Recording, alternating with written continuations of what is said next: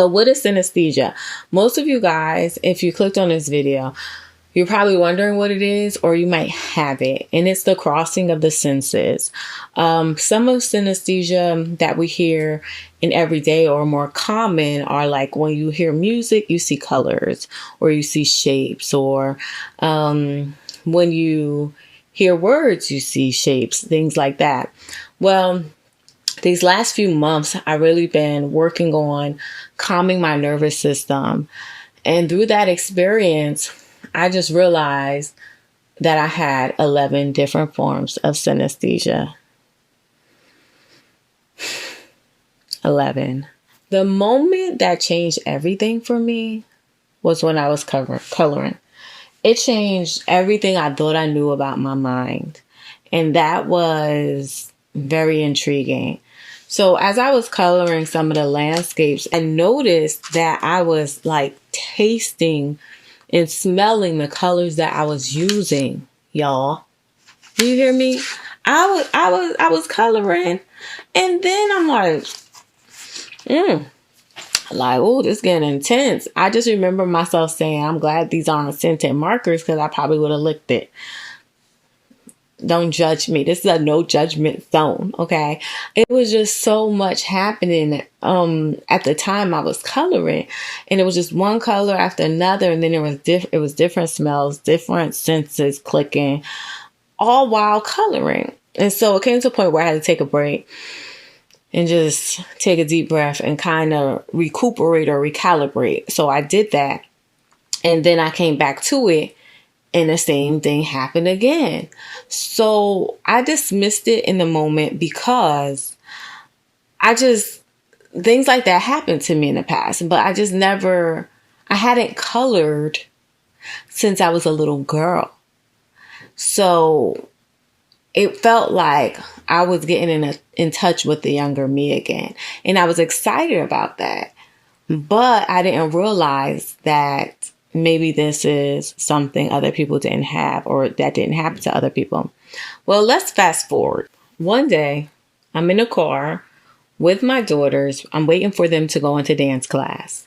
And I'm like, oh, let me Google that phenomenon that happened when I was coloring. Let me see if there's something with it. Like, let me just get more information. You know, us millennials, we have access to Google. So I went and I started Googling, and I realized that there was a form of synesthesia where you could taste color and smell color. And I was just like, hold up. Nah, that's not synesthesia. Synesthesia is only when you see color, when you hear music, or when you see shapes, and when, like, I thought everything was associated with music or something, those type of senses. I didn't realize that it ran a little deeper. So here I go on YouTube. Google sent me to YouTube. I'm on YouTube. I'm listening to it. It's coming through the car. My girls are in the car with me. It started talking about how the videos mentioned something like, some people with synesthesia can hear the word Monday and see a shape. And my 10-year-old's like, oh yeah, that happens to me. And I'm looking at her like, huh? She was like, yeah, Monday looks like a circle and Tuesday looks like a triangle and stuff like that. And she kept explaining. And my youngest daughter in the back said, no, Monday is orange and Tuesday is yellow. And I'm like, what in God's green earth is happening here? Mind you, I already knew my house was a little neurodivergent. Try to warn people before they walk in, like, these kids, you might find one making a carpet angel, another one bouncing off the wall. And I just have to recalibrate them. Sit your behind down. Like, you know what I mean? Yo, when they started talking in a synesthesia language, I was like, hold up. This can't be. All of us got something. So then my oldest daughter was, the video kept going. And my oldest daughter was like, that happens to me too, Mom. You remember? Since my oldest daughter was about 5, the last 5 years, she's been expressing to us that when she reads or hears words, they kind of like lift off the page and dangle in her mind. Like she sees them in 3D. Like she sees the whole words kind of running through her mind. And I heard her. I just said, you're learning to read. Like, okay, you're learning to read. This is a part of language development. In my mind, that's what it was. Well, in the video, they showed exactly the words lifting off the page and like the same phenomenon that she was experiencing and how she described it to me. And so I was like, hold on now.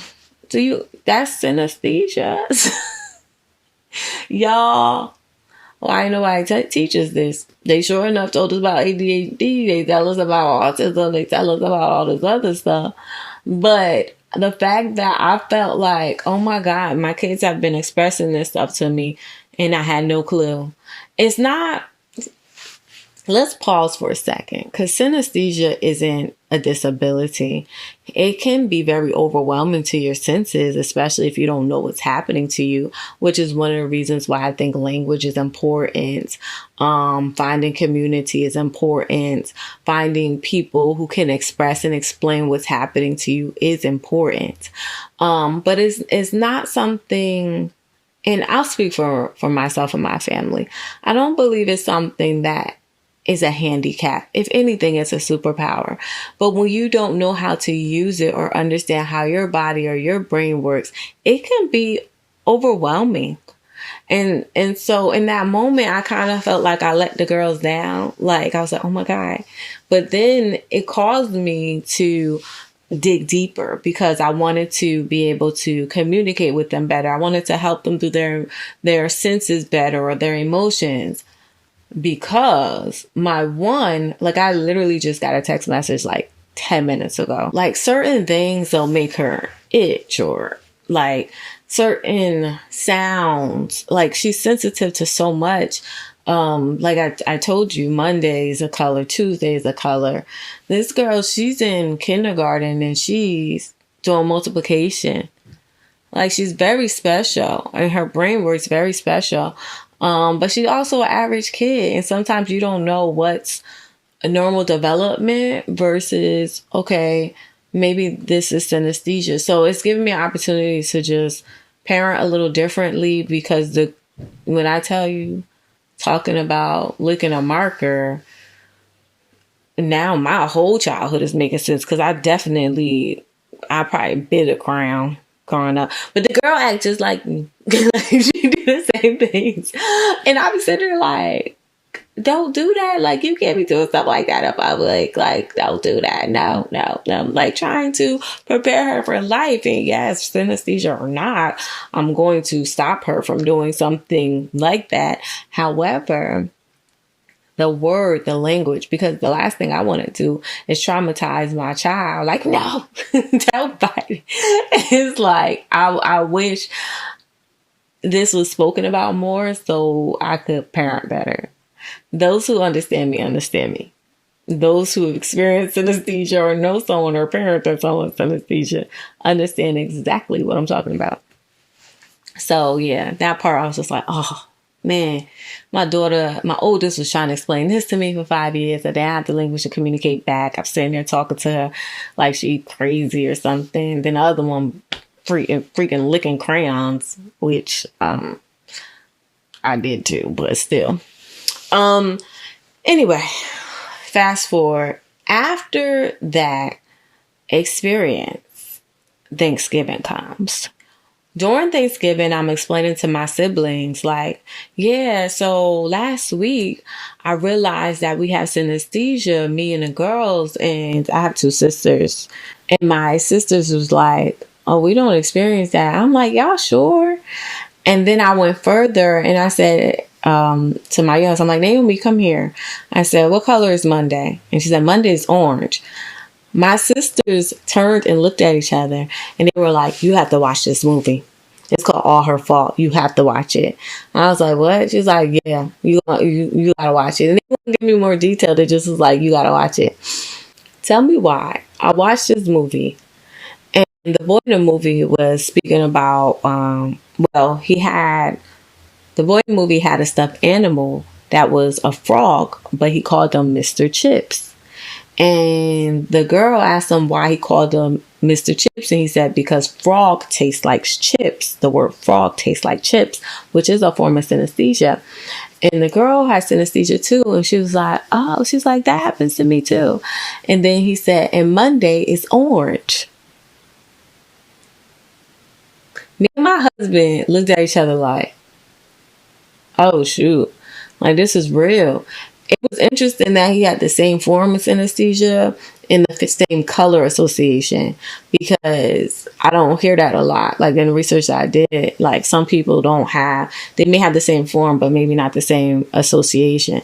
So that was check mark, icing on the cake. Like, all right. So this is happening. Once I seen that clip, I was like, I need to dive even deeper into this, because now I'm curious. Now I'm like, what? Like, this is, it's been seen throughout my life. I'm seeing it in my kids' life. I've experienced very weird things throughout my life. What am I missing? How can I further understand myself? Because remember, I was on a journey of nervous system regulation for myself anyway. And so now I'm like, all right, I got the time. Let's dive in. Yo, your girl got some, not issues.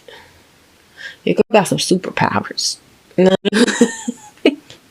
So I went back down the rabbit hole of research and synesthesia.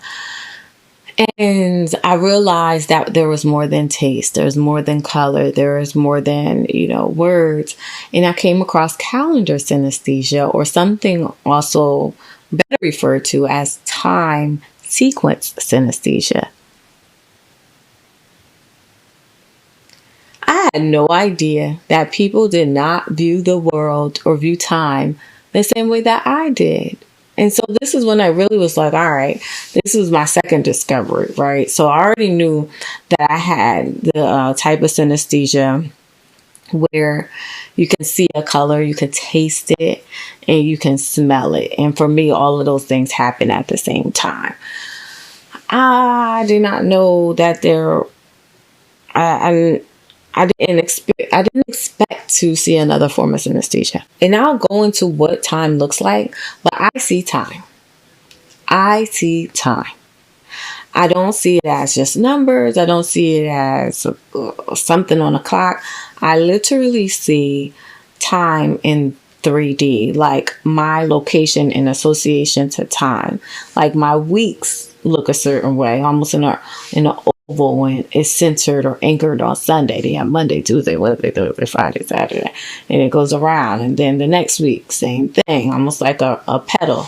It goes around. It's really just one, and then the next week it'll start another, whatever. That's how I see my weeks. My days, like my hours in the day, it's like almost like a wheel, but I guess the way to express it is if you were pouring something into a cup, maybe a measuring cup, and you see it fill up. Like, so I see time that way. So I see it from 6 a.m. up to 12 midnight. And I see myself, like, I'm looking at it in 3D. So as I'm looking at this camera, I'm looking at the time and I'm walking through it. So now, let's say now it's 2 o'clock. I'm like, okay, is this 6? This is 2. 12 is here. I don't see the backside of time when I'm asleep. That's what I associate it with. If I wake up early, I do. And it's usually down here if I wake up at 5 a.m. or 6 a.m. or something like that. But yeah, that probably sounds weird to some, but that's what I see. And then when it comes to my months, I see my months like almost in orbit. Some people consider it a track. January is here. If you want to think of it as a clock, January is at 3 o'clock. I don't know why. And time for me goes counterclockwise. It does not go clockwise. So January, February, March, April, May, June, all the way back is here. But instead of it looking like this, like a face on a clock, it's tilted like this. It's sitting in orbit. And I see it in orbit, like black space, like sky. like outer space looking, and it's sitting here in orbit. And because we're in November, I'm here and I'm looking at time like this. So I'm able to plan like, okay, this quarter, that quarter, third quarter, fourth quarter. Like I look at it in time like that. I didn't know people didn't do that. I had no idea people didn't do that. I wasn't even concerned about other people doing that or not. But when I found out that it was unique, I was like, oh. I tried to explain to my husband, and he was literally like, what? Huh? I'm like, you don't? I'm like, what do you see? He's like, numbers. I'm like, okay. So I'll draw that out for you guys on the next episode. Not on this episode, but I will draw it out for you. The time sequence one hit me when I was creating my journal. Like, I'm going to have some available if you guys want to get your copy, because it's all about centering yourself and calming. This particular journal is for women because that's what I was drawn to when I created it. And this is the second edition. But anyway, so I have my calendar spread, and then I have like my brain dump, and then I have where I clarify and sort my information. And then I sequence it in a day. This is where, for me, I was struggling when I was creating a journal. So you guys know about time blocks or timelines or appointment calendars, right? You know it goes from like early time to late time. I expressed to you that I see time 6 a.m. to 12. I wanted to write it this way. I wanted to write it from bottom up. Like, it didn't make sense to me. Like, I'm still struggling. Like, it just, like, so just in the lower numbers, like, even when you look at a ruler and you put the ruler on the wall and you measuring somebody and stuff, like, the lower numbers, the higher numbers. So my brain just does not associate numbers and time in this way. I can do it, and I have done it for most of my professional life because I used Outlook and, you schedule your appointments and stuff. But as in designing something that was going to work for my life as a whole, it felt very, very odd. I'm going to keep it for now, but when I print or reprint for myself, I'm definitely going to flip this. 100% flip this, because it just does not really work for my brain. So I'll go into my journal a little bit more another time. But for right now, I just wanted to express to you guys how I really see time, but also one of the reasons why it stood out to me when I noticed that I had calendar synesthesia or time sequence synesthesia. We'll go much further into that in its own episode, because it deserves that. It deserves its own. So for years, I knew that I was neurodivergent. For about 20 years now, I've had names. I don't want to call them labels. I had names to describe my experiences through life. With them, I've tried all the resources and the tools. I got very far academically, as well as, my job, living the American dream. However, how I move through life, expressing myself through emotions, through my creativity and everything, it was just really hard to explain, and also hard to experience in a world that really didn't embrace how I see these things. So that's one of the reasons why I'm talking about it too, because I know other people are going to be able to relate and be like, shoot, that happened to me. Like, what's your neurodivergent story? Let me know in the comments. What type of synesthesia do you have? Do you not have synesthesia? Do you have a relative with synesthesia? Let me know. But in the meantime, let's talk about all the forms of synesthesia that I have, because I was surprised. I wrote them down. Okay. Grapheme color synesthesia. So 1 in 200 people have this. Not so rare. It's when letters, words, and days have fixed colors. So example, Monday is orange. I experienced this a little differently than my daughters. Breakdown will be in a different video. But I do have it. Ordinal linguistic personification, called OLP. 1 in 500 to 1 in 1,000 people have this. Is days or sequences have personalities or vibes. 3. Multisensory synesthesia. 5 to 10% of synesthetes have this. It's when one stimulus activates multiple senses at once. Like how I said, color, I can taste it and I can smell it. Affective synesthesia affects 2 to 4% of synesthetes. So when I break that down, synesthetes roughly make up about 4% of the population. So we're talking about 2 or 4% of those who have synesthesia have affective synesthesia. It's when emotions create colors, sensations, or textures. Color scent synesthesia. 3 to 4% of synesthetes have this. Colors automatically trigger smells. Chromesthesia. 1 in 3,000 individuals have this. Sounds or music trigger colors or sensation. Spatial sequence synesthesia, also known as time sequence synesthesia or calendar synesthesia. 1 in 2,500 people have this. Numbers, weeks, or years appear as arranged maps in space, or those tracks that I referred to. To me, it looks like it's in orbit. Mirror touch or empathic synesthesia affects 1.6% of the population, feeling others' physical or emotional sensations. Calendar synesthesia. So calendar synesthesia is a part of, or a subcategory of spatial sequence synesthesia. It affects less than 1% of synesthetes. So this is very, very rare. That's the one with the track. So correction, that's the one with the track, and we see it in orbit. That's called calendar synesthesia. Months and years appear as a geometric structure, which is how it appears to me in orbit. All right, just a couple more.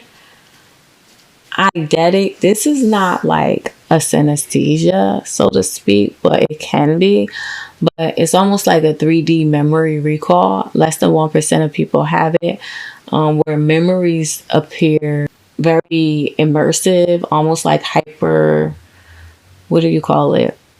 Like a hyper imagination. But there's some synesthesia associated with that, which we'll get into. Lexico-gustatory synesthesia, or lexico-gustatory synesthesia. 1 in 100,000 people have this. That's the tasting colors or words, like tasting colors while coloring. So these 11 synesthesias have been with me my entire life. I can go back in time. I don't know if this is because of my time sequence synesthesia. I can go back in time and I can literally see where all of these things appeared for me or first started, or my first memory of these things occurring. And I can go back to that feeling of either feeling weird or reprimanded or misunderstood because of having those feelings, and trying to turn them off. And I think that's a big reason why now that I'm trying to center, that I have been centering myself, and now that I've been getting back to me, they're all turning on. Like a lot of them, some of them didn't turn off all the way anyway, but yeah, I've been in a rat race that I haven't been centered. But yeah, me coming back to me has really given me a greater appreciation of how I navigate life, how others navigate life. And I think it's important to know who you are on every level. I think we oftentimes, when we say, when it comes to trying to understand ourselves, we keep it so practical and logical. But that's not the world we live in, whether your internal world, your internal eye, or your external eye. That's just not reality for a lot of us. It requires some real introversion. I don't know if that's the word I'm looking for. Introspection.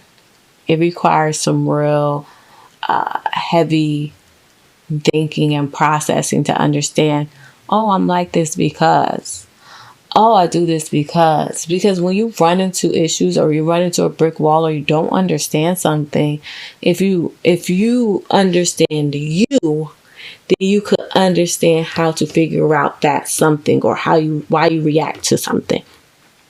Marriage taught me that. Marriage will show you your true self, okay? And you be like, why did I react like that? I love this person. Why did I say that? Yeah, introspection, okay? So understand yourself. Understand. It'll help you with your articulation. It will help you with your language. It'll help you communicate with your children in your relationships, all those things. And that's one of the reasons why I'm focused on centering and calming myself. But I did not expect to find out that I was a synesthete. Did not expect to find out that I was a synesthete. Poly meaning many forms of synesthesia. I had no clue, y'all. But anyway, I'm about to finish my making my journal. I'll let y'all know how that goes because I got this new journaling kit off of Amazon, and I'm about to put my papers in it, and that's about to be that.